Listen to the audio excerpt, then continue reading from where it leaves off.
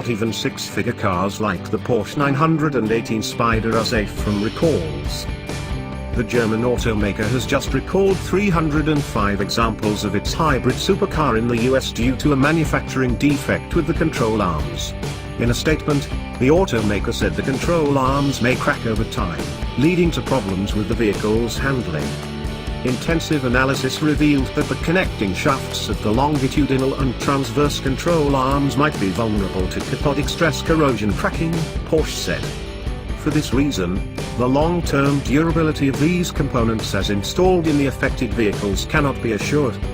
If the connecting shafts of the longitudinal and transverse control arms develop any cracking, the vehicle's handling may be impaired under extreme conditions, such as racetrack use, increasing the risk of a crash. Authorized Porsche dealerships will replace the control arms of affected vehicles with a re-engineered component free of charge. Owners of the 305 vehicles recalled will be notified by email about the problem, at which point they will be able to schedule a service appointment with their dealer.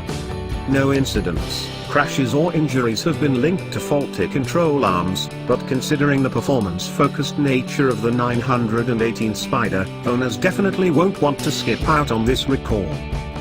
In 2014, the 918 Spyder was recalled twice for two separate issues relating to faulty chassis construction and faulty rear control arms.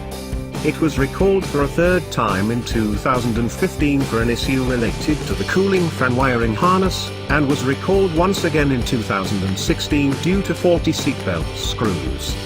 Not all 918 Spyder vehicles were included in all of these recalls, but considering just 918 of them exist, a good percentage of the vehicles have been called back to the dealer for service at some point.